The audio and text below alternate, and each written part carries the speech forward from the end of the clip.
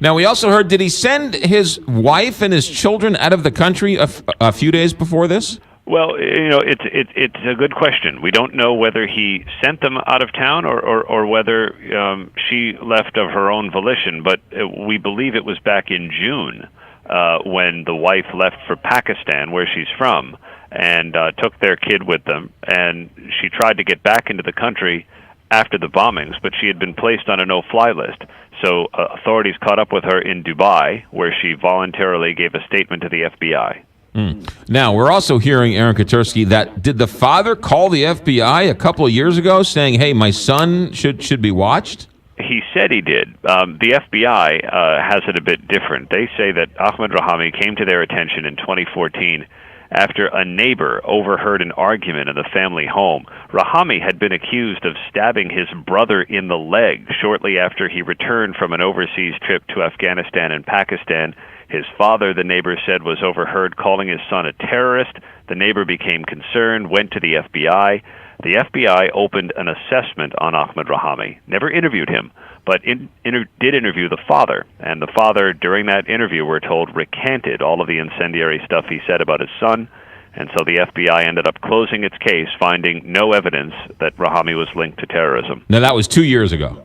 2 years ago, fast forward 2 years, and authorities after his arrest find his handwritten journal that he kept in his pocket shot clear through with a bullet.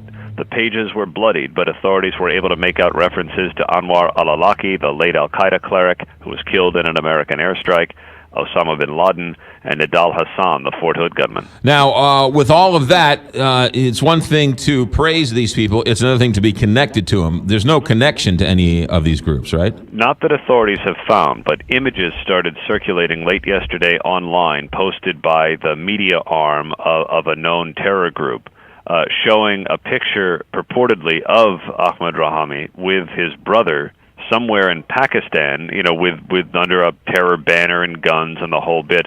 Authorities said they're trying to verify it. They're also interested in talking with the brother and other family members who may have known something or somehow been complicit. There are a number of questions that authorities have. If a relative is filming him 2 days before the bombings, lighting an incendiary device, was that just something the relative thought was a joke? Or maybe was he clued in? Yeah. They have spoken to the father. Have they cleared the father yet? I don't know that anybody's cleared, quite honestly. They remember they stopped a car coming over the Verrazano Bridge and onto the Belt Parkway in Brooklyn. 5 relatives of Rahami's were in that car. They were all detained, taken for questioning, and ultimately released without charge. Although you have to imagine that the authorities are still keeping tabs. Yeah. Lastly, Aaron Katursky, and shoot, I forgot. I had a great question. I had a great last question, but I forgot it. All right, Aaron, great job as always. Thanks for checking in. We'll talk to you next time. See ya. All right, 7:23 here, Big 550.